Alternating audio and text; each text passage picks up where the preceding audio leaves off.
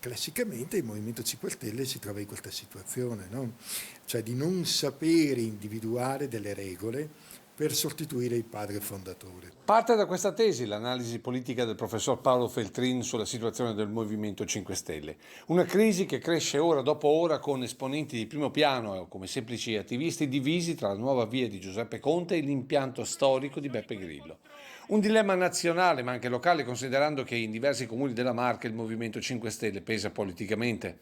Per Feltrin questa crisi è molto simile a quella che stanno attraversando gli azzurri di Berlusconi, con la diaspora verso il partito di Totti e Brugnaro. L'unico modo per sostituirlo è la fine della vita, nel decesso. No? E allora quando i movimenti si trovano in questa situazione vanno in crisi. Qualche problema di questo genere, come ben sappiamo, anche Forza Italia. Per Feltrin, se Grillo non cede il potere, Giuseppe Conte non ha resistito alla tentazione di rimettersi subito in gioco, pur non avendo maturato maggiore esperienza politica.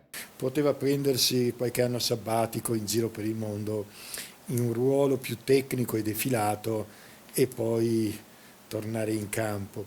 Il rischio concreto che corre in questo momento è finire esattamente come è finito Monti. Il processo disgregatorio dei 5 Stelle non interferirà sul governo, anzi lo rafforzerà, con gli altri partiti tutt'altro che preoccupati. La mia idea è che tutti quelli che dicono che si preoccupano sotto sotto si fregano le mani, ben contenti di un alleato scomodo, di un concorrente scomodo che è entrato in fibrillazione e in difficoltà. Spaccature e stravolgimenti che inevitabilmente si rifletteranno sulle elezioni, non tanto amministrative quanto politiche. Quel che accadrà dopo le elezioni, siano esse nel 2022 o come invece io penso nel 2023, è del tutto indipendente dal risultato elettorale e probabilmente si avvicinerà molto di più all'idea di una grande coalizione alla tedesca